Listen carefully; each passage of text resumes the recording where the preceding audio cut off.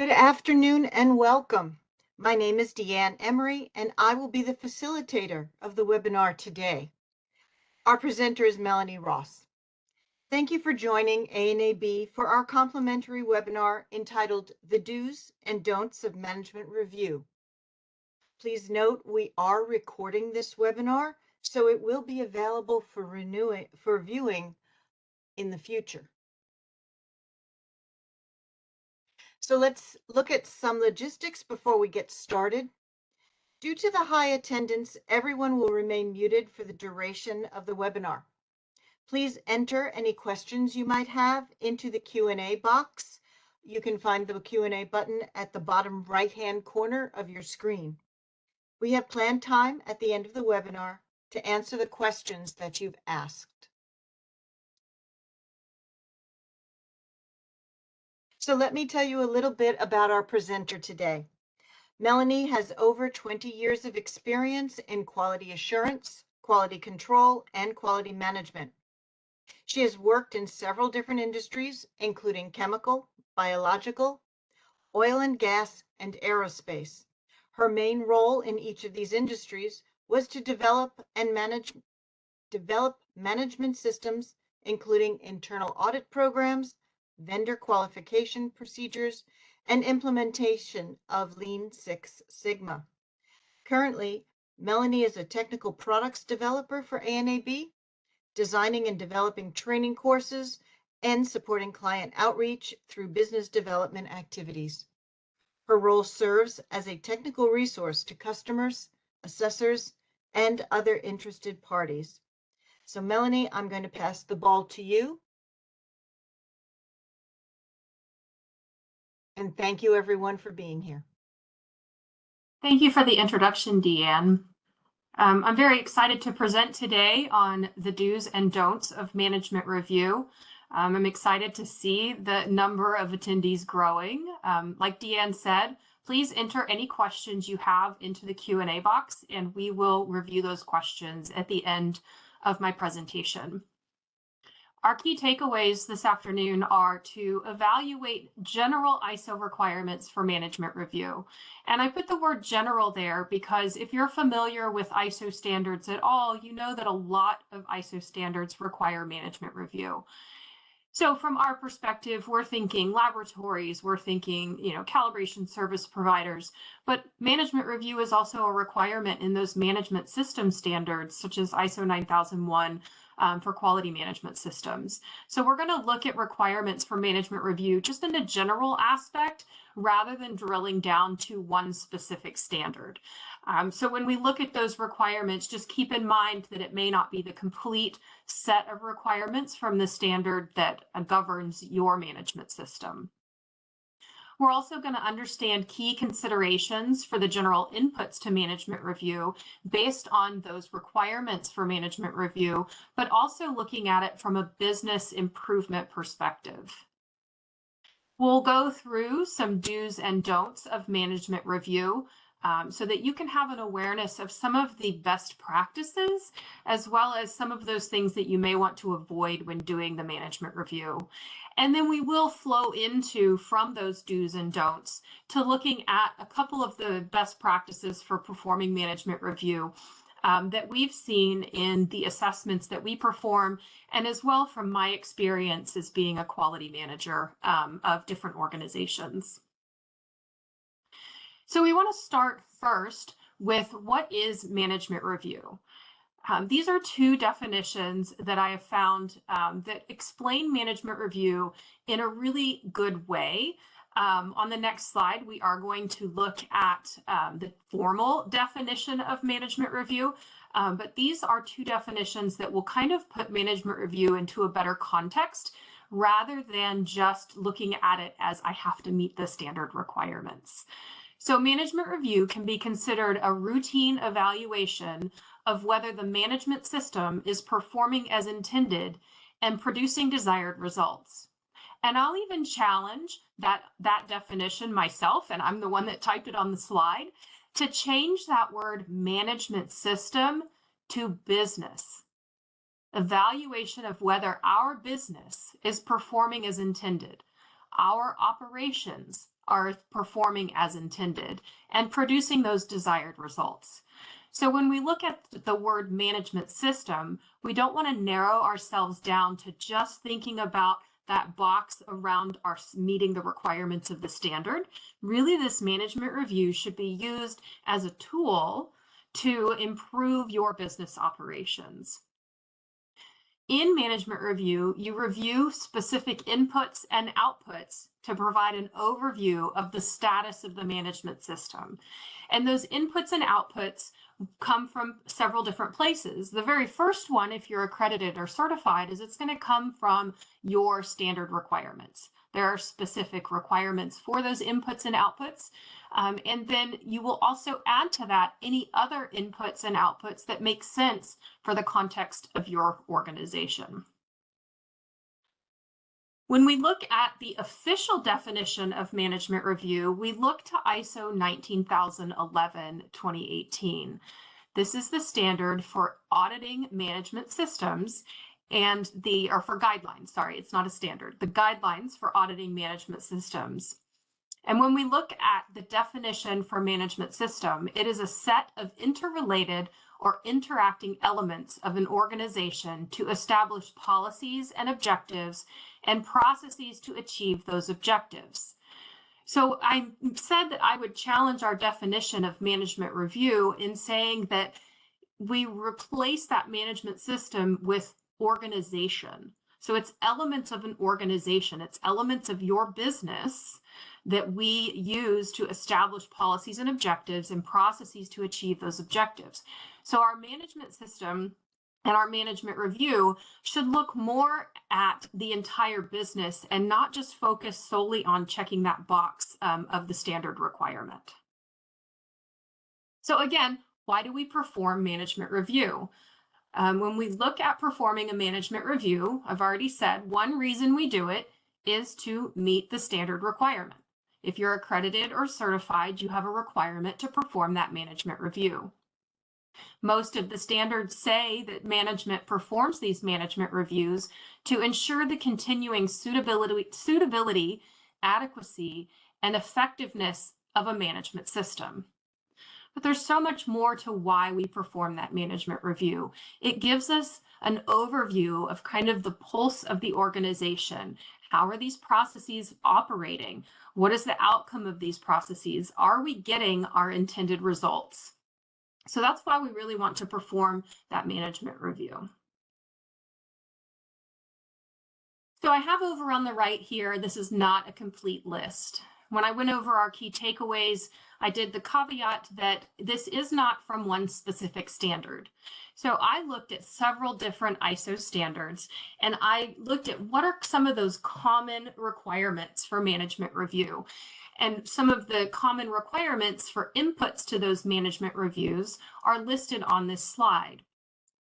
All of the standards that have management review in them require that you look at the status of actions from previous management reviews.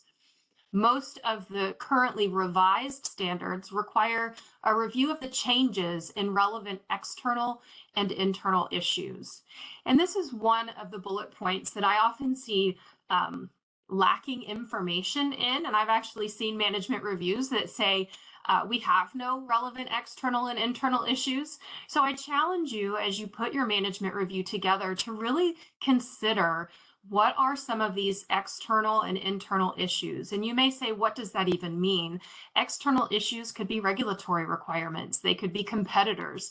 They could be new products coming out, or new methods, or new equipment, new technology. And when we look at those internal issues, we look more at like personnel and equipment within the laboratory or equipment within the production environment. So you really want to think about what are those relevant external and internal issues that relate to your organization that could have an impact on the quality of the processes that are being performed. Then most of the standards also say, give a review of your fulfillment of your objectives. That means your objectives need to be established, right? You have to have them established if you can determine the fulfillment of those objectives. A review of your corrective actions and customer and personnel feedback, as well as complaints, looking at your audit results, your adequacy of resources, effectiveness of implemented improvements, and results of risk identification. If you have an accredited or certified organization, you know that risk-based thinking or addressing risks and opportunities is now incorporated into most of the ISO documents pertaining to management systems and technical operations. And we see in management review that this is where we document those. We document the results of risk identification. And when we get into the do's and don'ts, I'll talk a little bit about not making management review a check the box exercise. But as you're thinking about these bullet points, you want to think about what information can I present or can be presented that will give us that overview of the organization, will give us a health check of the organization and where we are currently and where we need to go. Then when we look at the outputs, most require outputs of any need for change, resource needs, and opportunities for improvement. These are those action items from management review. We've reviewed the data, we've reviewed the information in management review, and now what actions do we need to take from that? Now, again, this is not a complete list. It's not from one specific standard. It's across several different standards in accreditation and certification. So if you're putting your management review together for the first time, or you're looking to change your management review, refer back to the standard that governs your management system to ensure that you have the inputs and outputs that are required from that specific standard. So now I want to flow into some key considerations for those inputs to management review. Now, your considerations for the inputs, if you're accredited or certified, is the standard requirements at a minimum. But as you're putting those inputs together, think about what is the purpose? What is the purpose of our management review? What do we want to achieve by going through this management review? If the purpose is to check the box to keep our certificate on the wall, then the management review is not really serving the organization. You really want to come up with a purpose. What is it that we want to achieve? What should this management review do for our organization? And then you want to think about your business needs. And I would also add into the business needs and the purpose is the maturity of your management system. If you have a new management system, your management reviews may be a little bit longer than they are if your management system has been around for a long time. Now, I could also say it could be the opposite of that. If your management system's been around a long time and it's getting stale, maybe your management reviews aren't doing what they need to do. If you're having nonconformities in your internal audits or customer complaints, then you can really use this management review to improve your management system. You also want to consider what metrics you're going to use. So if we go back, sorry, my mouse slipped. If we go back to some of these inputs, the standards are not very specific of what you need to put in to the management review. It just says corrective actions. Okay, what are you going to talk about? This is where you look at those metrics. So what is it that you want to present? Is it the total number of corrective actions? Is it, we have a goal of, less than 5% customer complaints on products shipped or something like that. You want to look at those metrics, tie those metrics back to the objectives of the organization and say, this is how we're going to look at this data. You also, with the business needs, need to think about who's your audience in management review. Is it senior management? Is it the whole organization? You want to gear your management review to the audience so that it makes sense to them and they can walk away knowing the health of the organization and knowing if there are any action items or actions that they can take to, one, participate in the management system, and two, participate in the improvement of the management system. So that's that last bullet point there, is the ultimate goal of management review is an improvement tool. It goes along with our internal audits, our continual improvement, our leadership commitment. It fits into our ISO toolbox, so to speak, as an improvement tool. Again, we want to make sure that we're making that management review a value-added activity and not just a, we have to do it, so we're going to put the data together and check the box that we did it. So now we'll go into some of the do's and don'ts of our management review here. So a couple of the do's are to ensure your management review is a scheduled activity. I see too often that management review is we'll do it in December. It's not on the calendar, and January comes around and they say, oh, we forgot to do management review, because it's not scheduled. It's not something that takes precedent or that is important to the organization. So you want to make sure that you put it on the schedule. Now, I will caution you with that. When I was a new quality manager, I said, we're going to do management review every quarter and, do a quarter of the requirements and another quarter. And that was just too much to maintain. So you need to think about, again, the context of your organization, the purpose, the why behind your management review, and also the business context. When does it make the most sense to do management review? Are you on a 12-month calendar fiscal year, or are you on a September to August fiscal year? I was at an organization just yesterday that their year, so to speak, quote unquote, their year ends May 22nd, because that's when the owners took over the business. So they do financials from May 22nd to May 22nd. Weirdest thing I've ever heard, but that's the way they do it.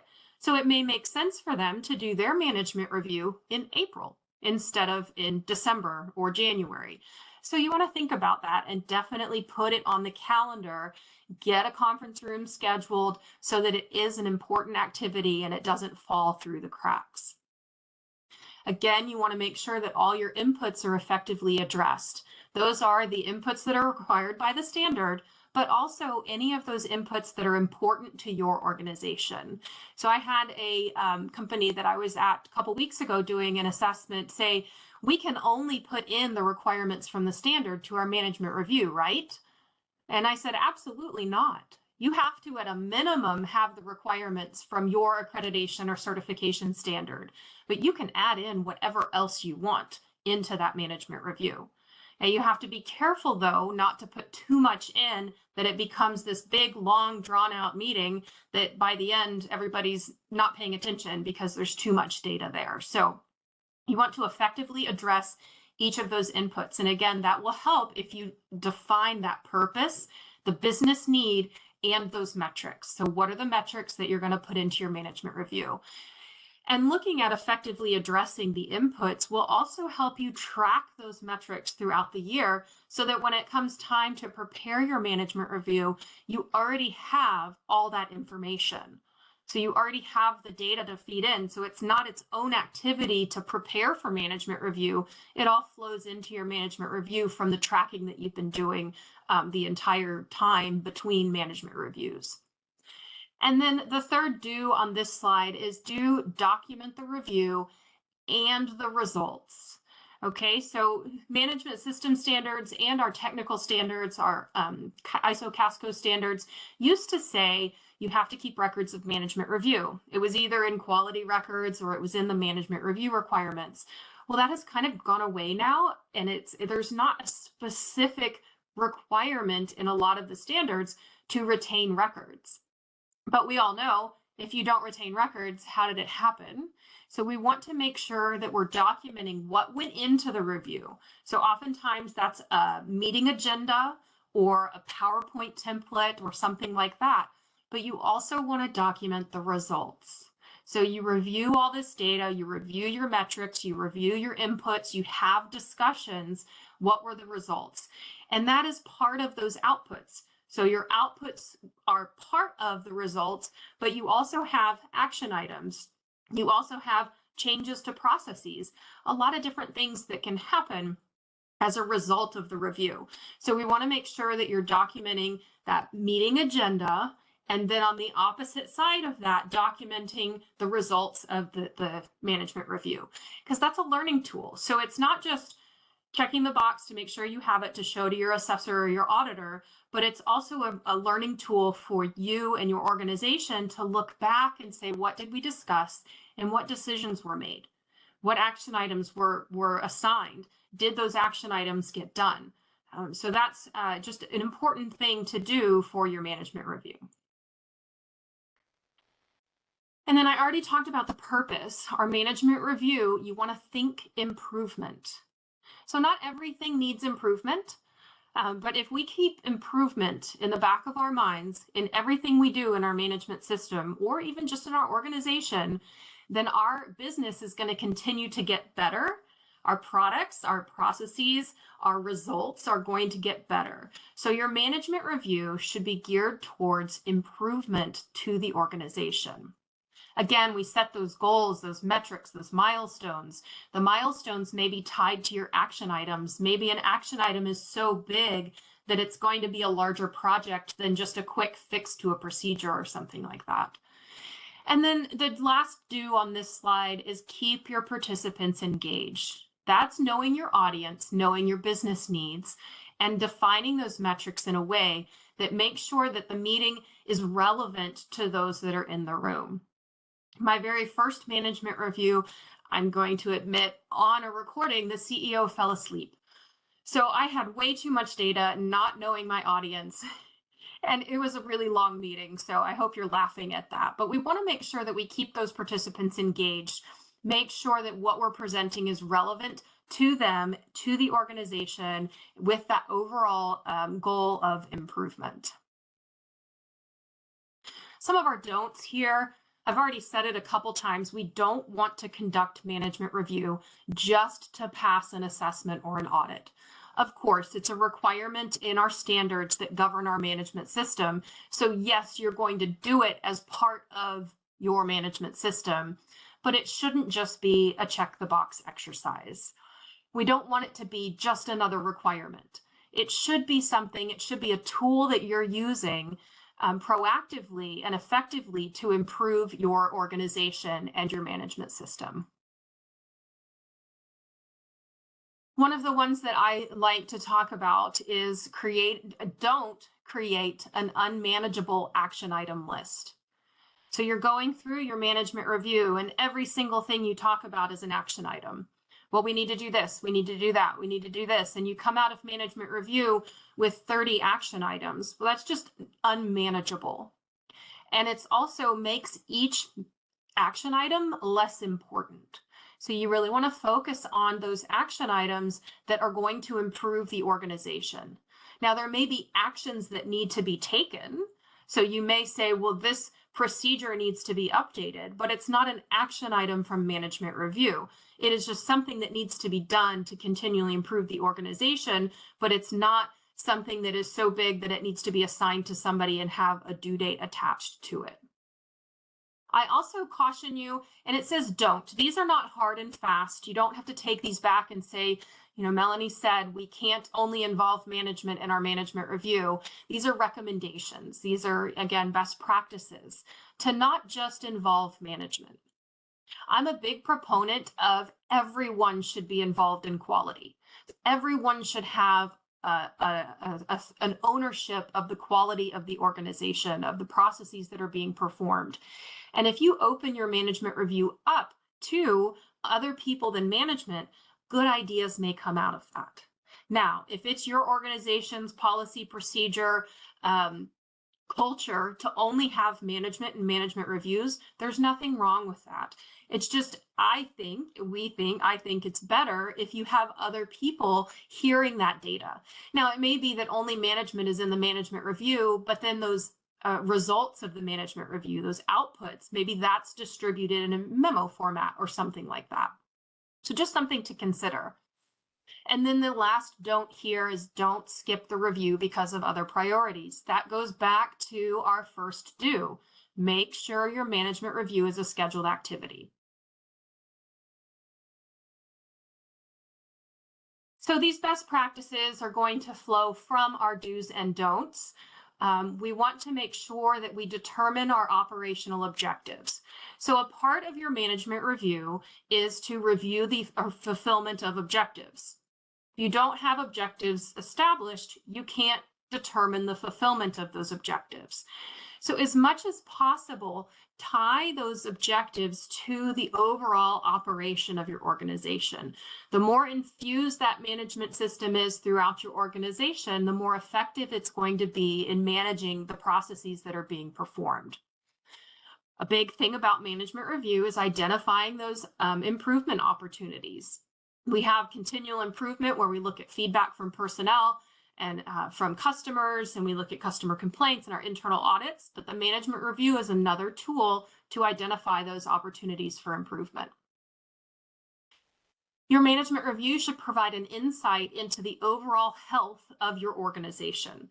So again, that's where we look at those inputs and say, maybe there's additional inputs we need in our management review for the overall health of our organization, rather than just focusing solely on that management system as a check the box exercise. And then the management review should be a way to evaluate your trends in data that's supporting those metrics. So if you have metrics established and you're evaluating that data and then you review it overall in management review, then you'll be able to see from management review to management review any trends. So if you're evaluating data for metrics supporting corrective actions, and then the next year you look at it and you see that your improvement initiative out of management review made that metric better, made the data better, then that shows that your management review is functioning the way that it's supposed to function. We want to think about SMART goals. And this is something that I like to do when I'm thinking about action items for management review. Is there a way for me to make the action items specific? Is there a way for me to measure the results of the actions taken from that action item? And then who am I going to assign it to? Who's going to be accountable for completing that task? And this fourth bullet is super important in helping to not get a super long list of action items. Is the task realistic? Is the action item a realistic action item that the organization can actually do? And then we want to make sure that that is time sensitive. So we consider that SMART goal in applying that to our action items from management review. So if we look at kind of the process for a management review, is the organization overall sets goals. So you have, as an organization, goals that are set. Hopefully they relate to quality in the management system in some degree or fashion.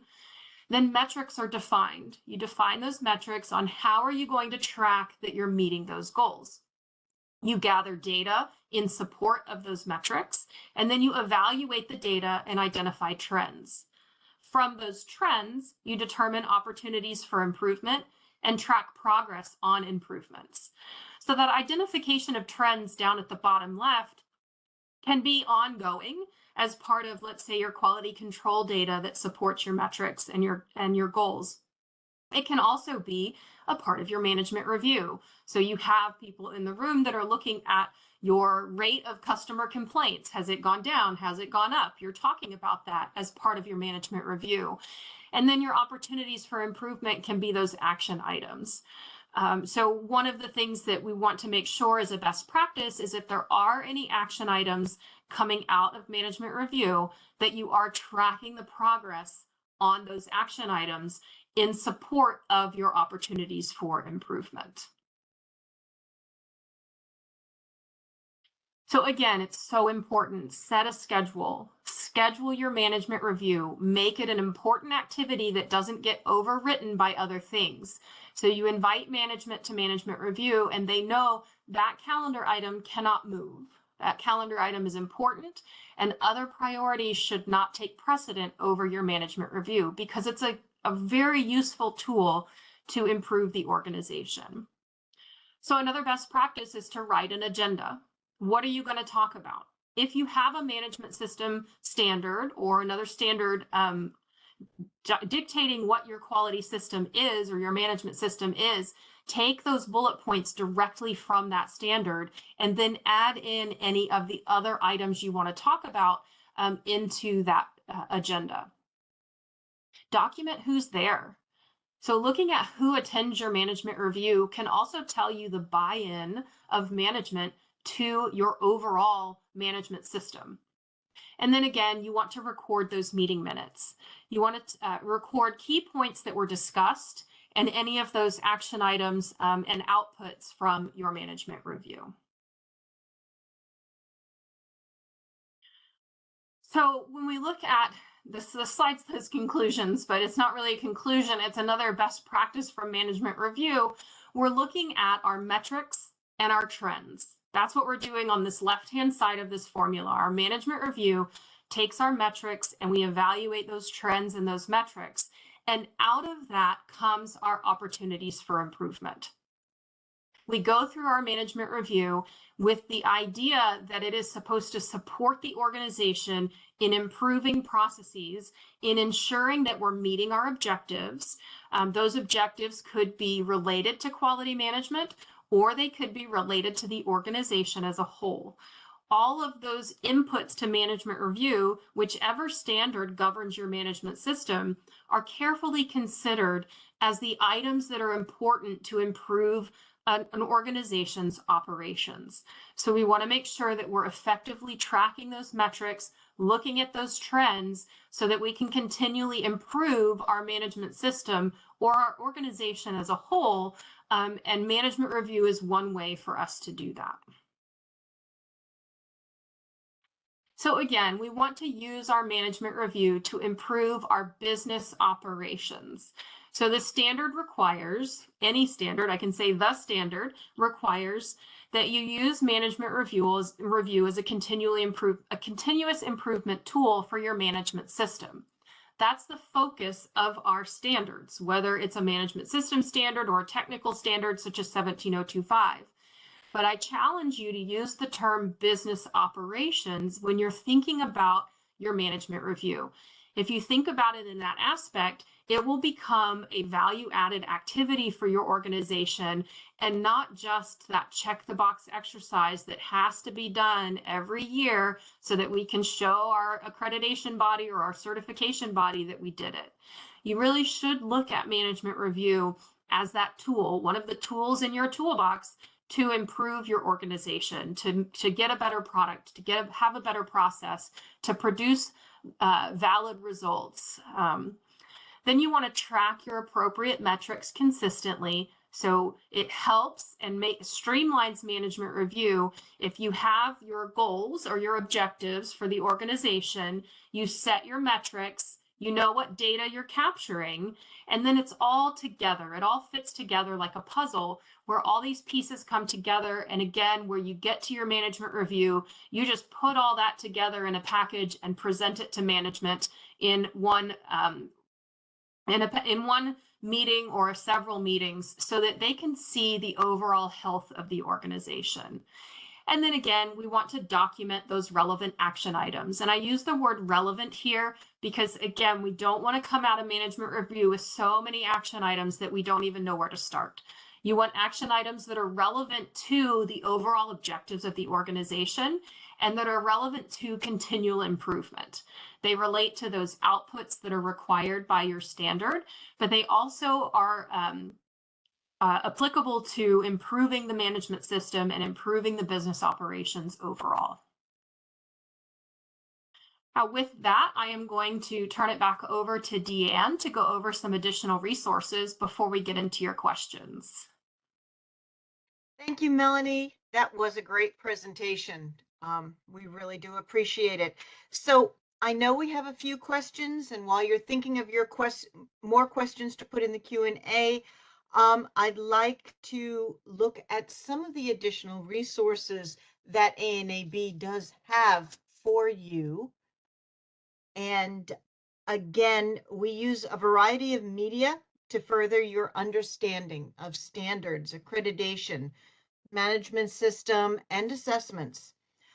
On the ANAB website, there are free webcasts on a variety of topics. These webcasts are pre-recorded videos between about 5 to 20 minutes long and provide information on accreditation and standard requirements. We also have a blog page. That blog page has a wealth of information. They've got blogs on risk, accreditation, standard requirements, and many others. As you've enjoyed today, we also post our monthly webinars. This webinar should be posted by Monday, and we have a number of great webinars already up on the website. And to let you know, next month, our topic is preventive action through risk-based thinking. So I really do hope you will join us. Finally, ANAB offers live online, in-person, and self-paced training in many areas. And these areas include internal auditing, standards requirements, measurement confidence, risk analysis, to just name a few. They're all up on our website. So please, when you have time, take a look. All of these resources are found at anab.ansi.org. Okay, so let's get to the questions that we have. So Melanie, we do have a few.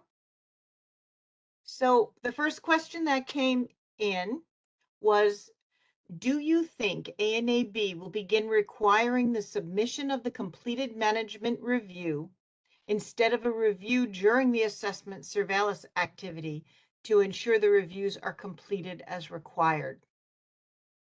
Yeah, I saw that question come in, and I can't speak for every business unit because I am an assessor for our laboratories business unit, and I know for that business unit, for laboratories that are accredited, and also so any 17025, 17020, 17034, 17043, we do require that you upload your management review to our system prior to the assessment, so 45 days before the assessment, so that we can review it before we come on site. So I'm not sure what the other business units do, but from a laboratory reference material producer inspection body perspective, that's already a requirement of those organizations that are accredited by ANAB. And that's because we can review it off-site. We can review it before we come on site. And if there's any questions, then we can ask it. So that way, when we're on site, we're not taking the time away to sit in an office and review management review. Instead, we're out where the action's happening, doing the technical assessment. Okay, great. Thank you. So I've got another question that does have a statement after it. So let me give you the whole thing. Do you have an example of a management review? And then our attendee went on to say, I would like to see an example and compare with our management review to see things that could be improved. We don't have an example of management review, and part of the reason of that is because as an accreditation body, we cannot consult with the organizations that are trying to achieve accreditation or have already achieved it and are continuing in their accreditation cycle. So if we were to provide an example of management review, that would be kind of considered as us telling you how to do it. I will say that I've had some luck Googling management reviews, and some organizations have images of their management reviews up on available for public consumption. Another option is to potentially, if you have colleagues in the same kind of field or in the same accreditation standard as you, is asking if they're willing to share at least their template for management review. Maybe they don't want to share all the data, but they might want to share that. So those are just a couple suggestions on how to get some examples of those management reviews. Thank you. Thank you. I was thinking Google too, but I'm just the facilitator. So we have a question. Doesn't ISO Annex provide alignment of clauses and requirements across all standards? So some of the ISO standards do have an annex that provides like a crosswalk of like 9001 to 17025 or other standards. They don't all have them. And it would just be kind of that higher level. So it would just be like 8.9.3 equates to 8.9.3 or 10.9.3, whatever it is in 9001. So it doesn't go like point for point of input to input, but it does tell you where to look in the standard for those requirements. Now, I've been a quality manager at a lot of different organizations, and some of them have had multiple accreditations or certifications. And what I would do is I would take a Word document, I'd copy and paste the requirements for management review from one standard, and then put the other one in the column next to it. And I would compare which ones were the same and then highlight what was different. And that would tell me what else I need to add to my management review template if we were adding another standard to our management system. Okay. So the next question I have here is, what's the best way to introduce senior management to management review? We will go for certification in 2024. That there's a lot of different ways to answer that question, because it starts with management commitment. So if your management is committed to implementing that management system and getting the certification or accreditation, then they should also commit to performing that management review. And from my experience, introducing management review as a way for them to track their objectives and the goals of the organization related to the management system takes that weight off their shoulders, because management review is going to do that. So they can come, I mean, they're going to be providing input to management review as well. But you're saying, this is how we can track these metrics. This is how we can review all these metrics, because it can be kind of overwhelming if you're just starting doing those metric tracking and things like that. So really, they have to be committed to the management system, to the certification accreditation, before you can get them into the spirit of management review. I think, again, knowing your audience, making sure that you're keeping them engaged in the process, knowing what your data is saying too is very important as well. Just ensuring that they understand that management review is one tool for them to use to improve the management system, along with all those other tools in your standard, including internal audits, corrective actions, customer complaints, just building the management system to begin with. Okay, thank you. So our next question is, our lab, environmental areas, NELAP accreditation, conduct management reviews in written form, not meetings. What is the benefit to meeting versus summary document with management review and signature? The collaboration. That would be the first thing that comes to my mind, is if you get people in a room together, whether it's in a room virtually over WebEx or whatever platform you use, or in person, there's more collaboration, there's more discussion. So there's more, someone makes a comment and someone else hears it, and that makes them think of something else. And so you have more of that evaluation of the management system. I think, and there's nothing wrong, so to speak, with the way that was suggested, is making it just, you review it, you sign off that you reviewed it. I would feel like I would have no input into suggestions for improvements and depending on how you have it set up. I'm speaking without knowing what your process is, but I think it feels more like, yep, I've read it, I'm checking off that I've read it, good to go, let's move on to the next task. So really, that's what I would see from it. Now, if you're getting that kind of feedback and collaboration with your process, then perfectly fine. You know, I've never seen it done that way, but each organization is unique and different, and you have to think about the context of your organization and what makes sense for your resources, for your purpose of your management review, and the goals of your organization. If you don't mind, Melanie, I would add, it might depend on the size of the organization. Correct. Yes. I know I worked as a quality manager for a company that if I ever gave him a complete management review done to read, he would never read every word. Where if I put him and the other managers of the company into a room with a PowerPoint and show him graphs and real-time data, that he would pay attention to. So some of it is that to really make this something that adds value to your company. The meeting really can help. Yeah, that's another good point. Let me take a look at the next one. This is more of a statement, but you might want to add to it. Management review meetings help to set up for your audits. Yes. Yes. Yep. So for most ISO standards, your audit schedule should be based on the importance of the activities, the results of previous audits. So we kind of say your audit schedule should be based on risk, loosely tied to risk. So yeah, your management review can certainly help you set up for your audits if there's an area that may need additional attention. And that's where I was saying kind of, and you can't see me marrying my fingers together, but that's where these pieces of your management system start to fit together and work hand in hand to continually improve your management system. Okay. So this is from a member who said that for those who are members of AFCAM quality organization, we often share documents and examples of lots of things there. So that's true, Great. I guess. That's Yeah. wonderful.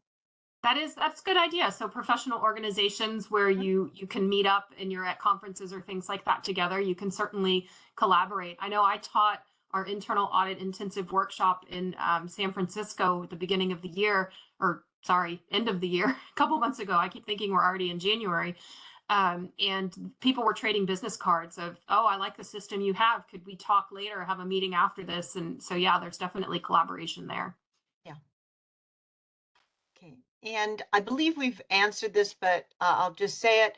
Do we have to have a physical virtual meeting, or can you just share the documentation?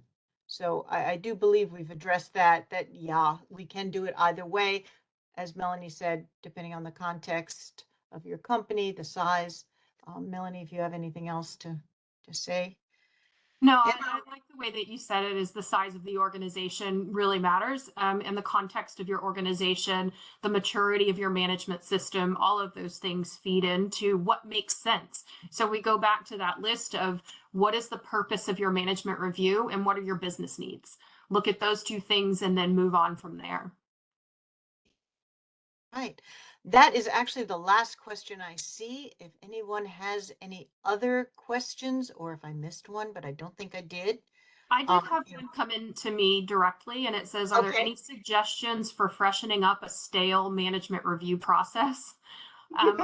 There's a lot of different suggestions that I can have. I could say deconstruct it. So if you have an agenda and a PowerPoint that you just use time after time after time, just scrap it. Go back to the standard, go back to your objectives, go back to your purpose of your management review, and then look at how can you put that management review together in a different way. Another way that I just came to my mind is where I said to involve other people than just management. Maybe you go to some people that aren't as involved in the management system or aren't management and say, hey, this is the purpose of our management review. What do you think we should do to demonstrate that purpose, to evaluate these 12 bullet points that we have to go through? I'm a big proponent of involving other people. So if you have a quality department, go outside of your quality department and ask someone else what their opinion is of the management review and how you should do it.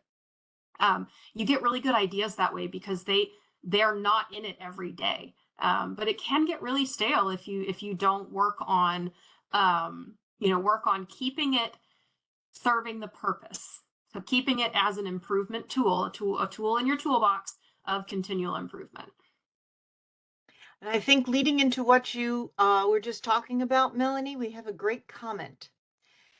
This woman's organization, she says, we send out the presentation with the recording so anyone in the organization has access to it other than just the managers and executives, that the recordings are great. Yeah, I think that's a fantastic idea. And again, it depends on the context of your organization, the information that's contained in your management review, what are your confidentiality, impartiality requirements, all of that. But I like that. I like that idea for sure. Mm-hmm. And then, go ahead. I'm sorry. No, okay, go ahead. We have a comment from someone asking about another webinar, that she is an evaluator or auditor, and that from this she did get ideas for evaluating of requirements. But could we consider doing a webinar aimed at auditors? Because sometimes we stay in a type of checklist, simply seeing what they include in the requirements of inputs and outputs, not so much in the content. So I believe that she's asking, what can we as the assessors or auditors get from actually reading the full management review? Right. So we did a webinar recently on improving your internal audit skills, and that is on our website at that link that you can go to anab.ansi.org and go up to find training, and it'll be in that drop down. I don't think we went in specifically to management review, but we did talk about evaluating objective evidence and reviewing that evidence. But we'll definitely take your comment and think about it for future webinars of maybe instead of improving your internal audit skills, maybe how do I evaluate objective evidence in specific areas? Yeah, so I think that's a good idea for a future webinar. Yes, thank you. Thank you. We do have another question. Our management review is organized by the laboratory director. Is there any reason the quality manager should take control of the agenda and lead the review, or is another top manager sufficient? The standard doesn't specifically say who has to perform or who has to organize and manage the management review. Whatever works for your organization. I actually like seeing that the laboratory director is the one that's organizing it rather than the quality manager, because especially companies that have a quality department, they think quality is the responsibility of the quality department. So the laboratory director taking ownership of that is really great, because that shows management commitment to the management system. So if it works for you, I think that's perfectly fine. Works for your organization, I should say, not works for you. Right, right. So we've talked about stale management reviews, but someone asked if you agree that a stale management review is ineffective, shows an ineffective quality system. Well, I can't just say yes to that, because it depends on what you're getting out of that management review, and it depends on the context of your organization and the functionality of your management system.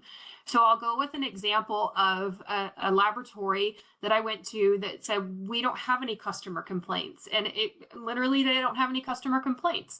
So, maybe their management review or their management system is simplistic enough, and the processes that they perform are limited enough that just getting together once a year, putting your finger on it and saying, yep, everything is still good, looking at those metrics, everything's still flowing within our control limits, then maybe it seems stale, but it is serving its purpose.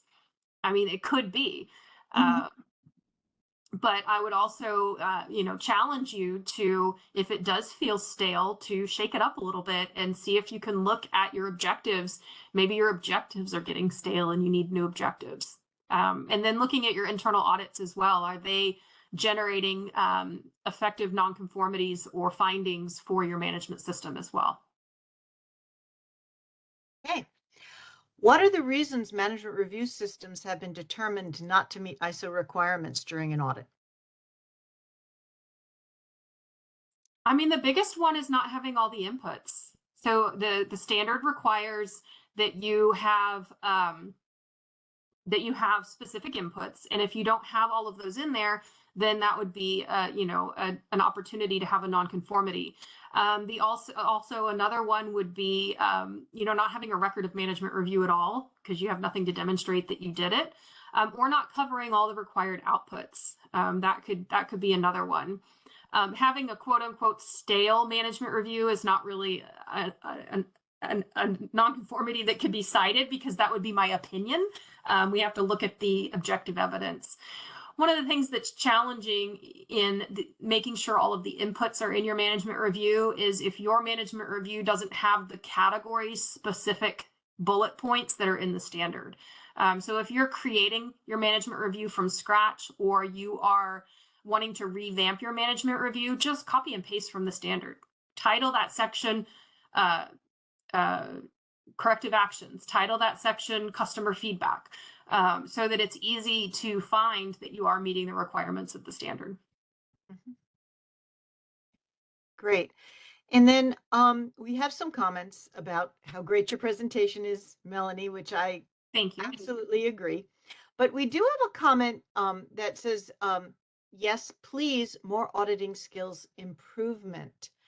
And then, so I would suggest, and Melanie, you can jump in here, that if you want to improve your auditing skills, there are other webinars, but there are also some great courses that we give on internal auditing for different standards, different management standards. And we are actually in January introducing a generalized deep dive into internal auditing live and in person at our AD Week in Denver. So Melanie, that is your course if you'd like to talk to them about improving their auditing skills. Yeah, so the workshop, just quickly, and I know we have 5 minutes to the top of the hour. We're going to stay on and continue answering questions. If you need to leave, feel free to do so because we are recording it and you can come back and just scroll over to the end of the webinar to hear the answers to the questions as well. So the internal audit intensive workshop, again, I said I did it in San Francisco and we revamped it from that, it's standard neutral. So it's only going over the requirements for internal audits. Now, I have experience in a lot of different standards, so I can speak to the standard requirements during the workshop, but we're really just diving into what makes a good auditor and what makes a good audit and a good audit program. So it is a course that can be taken from any perspective that you have for your management system and any ISO standard that you have as a certification or accreditation. Hey, thank you. I'm just going to address this. The training is the 15th, 16th, and 17th of January in Denver. If you go up onto the website, you will you can look up our live training, and it is right there. So we do have one other question, Melanie. It seems like if you do it once a year, how can you mitigate your risk more quickly? I mean, so that is something that you have to consider when you're looking at how you're going to set up your management review. If there is a lot of risk in your organization, it may be something where you say we need to do it quarterly. It may be that you can do it once a year. It may be that you have it set at once a year and you do a mini management review if something goes wrong. So there's a lot of different ways that you can do it. And you can mitigate risk through your addressing risks and opportunities beyond just in your management review. Okay. I do not see any other questions other than, go ahead. I have two more that came in to me Okay. personally. So it said, can you speak to what not to provide examples of what processes, et cetera, were determined to be not in compliance with ISO requirements? Can you speak to what not to do? If you're still on, if you could provide a clarification of your question, and I'll move on to the next question that I have, and then I'll scroll down to the bottom and see if we've got a clarification on that. And then it said, can you comment on doing internal audit and management review at the same/similar time and the effectiveness of this approach and any advice? And I know I keep repeating this. It really depends on the context of your organization. And like Deanne said, the size of your organization and the resources that you have. There's nothing wrong, so to speak, with doing an internal audit and management review around the same time because they can feed off of each other. But depending on the number of processes that you have, how your internal audit program is set up, it could or could not be feasible to do that. Again, we don't have advice because I can't consult as far as how you should do things. But if it works for your organization to do them around the same time, that's great. You have to consider that one of the inputs to management review is your results of your internal audits. So if you're doing it at the same time, you may not be able to have that input into your management review. If you do your internal audits, 1 month and your management review the next, then you may have those results available to go into the management review. You just want to think about that when you're determining what's best for your organization. Okay, I do have a question out here in the public Q&A. Mm-hmm. Can you meet quarterly, but in the year have reviewed everything? Yeah, there's nothing saying you can't do that. I mean, From an ANAB perspective, let me put that caveat. It depends on your certification body and accreditation body. They may have their own requirements that they flow down to you from a standard perspective. But as long as you're covering all of the inputs and you're covering all of the outputs, then it's up to you to decide how you put that together in your organization.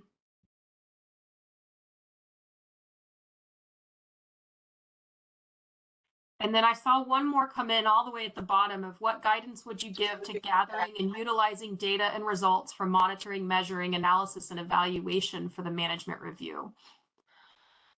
A broken record, it really depends on what the processes are that you're monitoring, what your objectives are.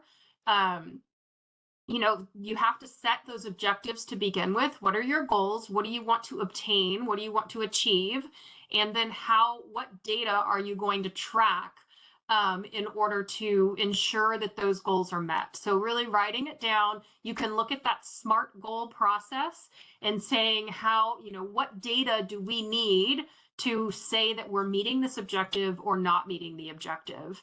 And if you have data, you have numbers, you can always put those numbers into a control chart. You can always put them into a graph to say, where do they flow? It could be a bar chart or a graph, a control chart, or any of those kinds of charts that you can use in Excel. And then looking at that data to say, is it staying even? Is it rising up? Is it going down? And that is a really good tool for management review as well, because it's visual. So managers, senior managers, and mid-level managers, all managers, we have a lot on our plate. And being able to look at something visually and say, it's in control, we can move on. We've looked at that. We're meeting our objective. Everything's good. And then the last question I see is, are any other good internal auditor training that doesn't require travel? We have most of our open registration courses are live online, so via WebEx right now. So if you want to go to our website and take a look at our public training schedule, we have a lot of different courses. We have our 17025 internal auditor, but we are also looking at making our internal audit workshop a live online course as well. So keep an eye on the schedule on our website. We send out our newsletters periodically that have what trainings are coming up. We post it on social media, on LinkedIn, of what training courses are coming up as well. So just keep an eye out. If you're interested in that internal audit workshop, then we may have some live online later in the year. We're just really focused on that in-person training right now, but we've seen that live online training is more popular still than having people travel to the courses as well. Mm-hmm. And then another one just came in. When will ANAB have more on 55001? I am not familiar with that standard. So Deanne, if you could write down the person that asked that question, I will have somebody reach out to you, whether it's after the webinar or maybe next week. We have a lot of people are traveling right now for end of year activities. So I will look into that and have someone get back to you that has more information about that program. Okay. All right. Lori says it's asset management system. So yeah, Melanie will take care of that and we'll make sure someone gets in touch with you. All right. I believe, unless you've got something in your private, Melanie, those are all of the questions. Yeah, I don't see anything else coming in. Really great questions. So thank you so much for everyone for joining us today. If you would like additional information about training offered by ANAB, you can go up onto the website as we've been talking about, or you can contact us at training@anab.org. If you have questions about accreditation or the services ANAB provides related to accreditation, please don't hesitate to email anab@anab.org. So on behalf of Melanie and myself, it has been a pleasure to be with you today. We wish you all healthy and happy holidays, and we're looking forward to seeing you next year. Thank you all so much.